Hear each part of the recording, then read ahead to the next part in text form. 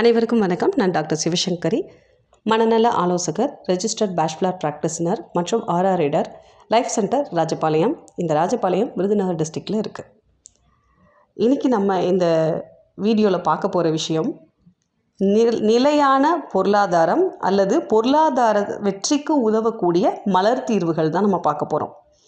So ஒரு சஸ்டெயினபிளாக ஒரு financial practice எனக்கு வேணும், அதன் மூலமாக என்னோடய பர்சனல் க்ரோத்தை நான் என்ஹான்ஸ் பண்ணணும்னு எதிர்பார்க்குறவங்களுக்கு இந்த வீடியோவில் சொல்ல போகிற மலர் மருந்துகள் ரொம்ப ரொம்ப உதவியாக இருக்கும்.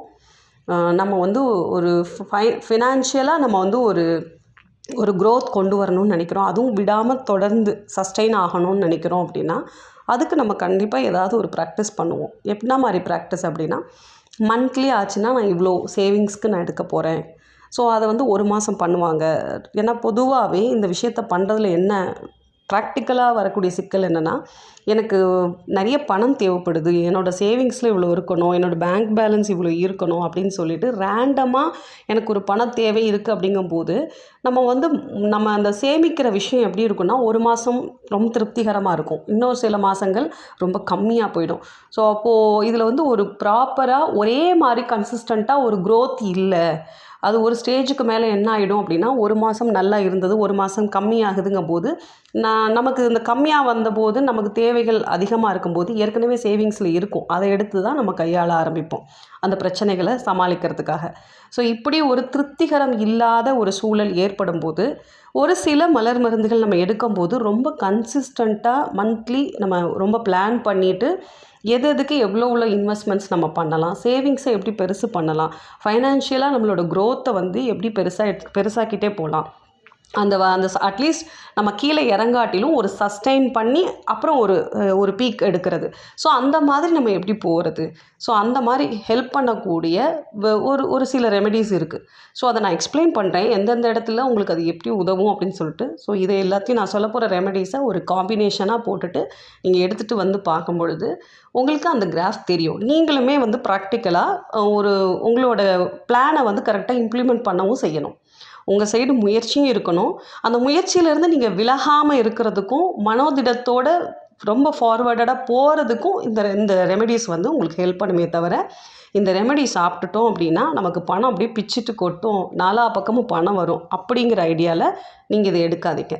ஸோ இதை எடுத்துக்கிட்டு நான் ஒரு எஃபர்ட் போடுறேன், பட் அந்த எஃபர்ட் சில நேரம் என் மனசோர்வால் நான் கைவிட்டுடுறேன், இல்லை அப்படின்னா அதை நான் சரியாக செய்யாமல் போயிடுறேன், இல்லை என்னால் தொடர்ந்து அதை செய்ய முடியாமல் போயிடுது. இந்த மாதிரி தடைகள் வராமல் இருக்கிறதுக்கு, நம்ம மனசோர்வு சார்ந்த தடைகள் வராமல் இருக்கிறதுக்கு இந்த ரெமெடிஸ் ரொம்ப ஹெல்ப் பண்ணும். ஸோ உங்களோட மனம் ரொம்ப செம்மையாக இருந்தது அப்படின்னாலே நீங்கள் எதை அச்சீவ் பண்ணணும்னு நினைக்கிறீங்களோ அதை டெஃபினட்டாக அச்சீவ் பண்ணிட முடியும். ஸோ அதுக்கு இந்த ரெமெடிஸ் நான் இப்போ சொல்ல போகிற ரெமெடிஸ் எல்லாமே ரொம்ப உதவியாக இருக்கும்.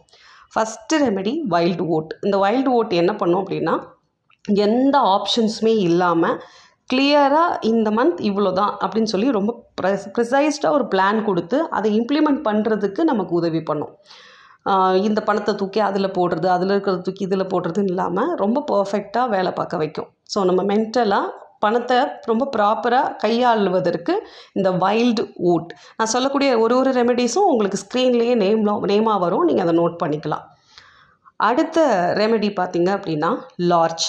ஸோ அந்த லார்ச் எதுக்காக அப்படின்னா, தொடர்ந்து இந்த பணம் சேர்க்கறது சார்ந்த விஷயத்தில் போகும்போது சில இடங்களில் நமக்கு மனசோர்வுகள் பெருசாகவே அதை நம்மளை பாதிக்கும்.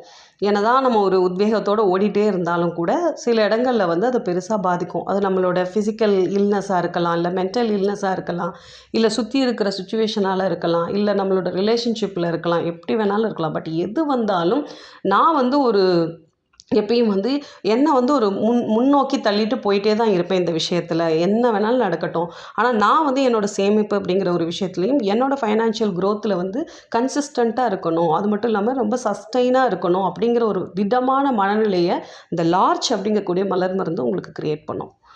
அடுத்த ரெமெடி எதுக்காக அப்படின்னா மஸ்டர்ட்.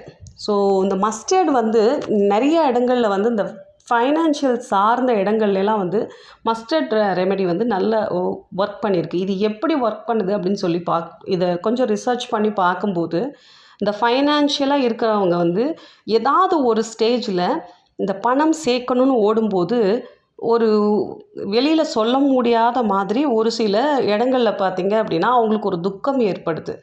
என்ன அப்படின்னா, இவங்க ஒரு கால்குலேஷன் போட்டிருப்பாங்க. இந்த டேட்டுக்குள்ளே இவ்வளோ அப்படின்னு சொல்லி. இல்லைன்னா இந்த டைமில் எனக்கு இங்கேருந்து இவ்வளோ பணம் வந்துடணும்.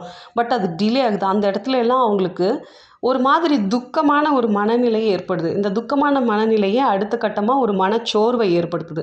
ஸோ அந்த மனச்சோர்வுக்கு கூட போகாமல் அவங்கள முன்னவே வந்து பரவாயில்ல பார்த்துக்கலாம். இதுக்கப்புறம் மாற்றா வேறு என்ன பிளான் பண்ண முடியும் இந்த இடத்துல? ஸோ இந்த டிலேவை நான் சரி கட்டுறதுக்கு என்ன பண்ண முடியும்? அப்படின்ற அந்த ஒரு ஸ்பேஸ் கொடுக்காம அவங்கள நகர்த்திட்டு போகிற இடங்கள்ல இந்த மஸ்டர்ட் அப்படிங்கக்கூடிய மலர் மருந்து வந்து ரொம்ப அழகாக சப்போர்ட் பண்ணுது. இதுவே ஒரு சிலர் என்ன நினச்சிக்கிறாங்க அப்படின்னா, மஸ்டர்டு மலர் மருந்து நம்ம எடுத்துக்கும் போது வராத பணம்லாம் நமக்கு வந்துடுது அப்படின்ட்டு. அப்படி இல்லை. உண்மையாகவே இந்த மஸ்டர்டு எடுக்கும்போது நம்மக்கிட்ட ஒரு சில பிஸ்னஸ் கிளைண்ட்ஸ் சொல்லும்போது சொல்லியிருக்கிறாங்க. மஸ்டர்டு எடுத்துட்டு இந்த வராத அவுட்ஸ்டாண்டிங் பணத்தை நான் கேட்கும்போது, நான் என் சைட்லேருந்து எந்த ஒரு ஹார்ஷான வார்த்தைகளையும் நான் கொட்ட மாட்டிக்கிறேன்.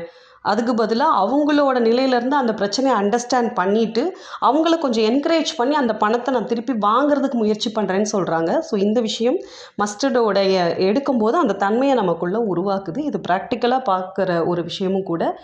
இது வந்து பொதுவாக இதுக்கான கீவேர்டு நம்ம என்னென்னு சொல்கிறோன்னு பார்த்தீங்கன்னா, ஒரு மாதிரி ரொம்ப மீளாத துயர்லேருந்து நம்மளை மீட்டெடுக்கிற அப்படின்றோம். ஸோ இந்த ரெமெடி எடுக்கும்போது உண்மையாகவே நமக்கு பணம் கொடுக்க வேண்டியவங்க ஏதோ ஒரு மீளா துயரத்தில் இருந்தாலும் கூட அவங்கள சேரப் பண்ணி கூட நம்ம அந்த பணத்தை அவங்ககிட்டருந்து வாங்குறதுக்கான ஒரு மனநிலை நமக்கு கிடைக்குது அப்படிங்கிறது தான். ஸோ இது ப்ராக்டிக்கலாகவும் நடக்குது.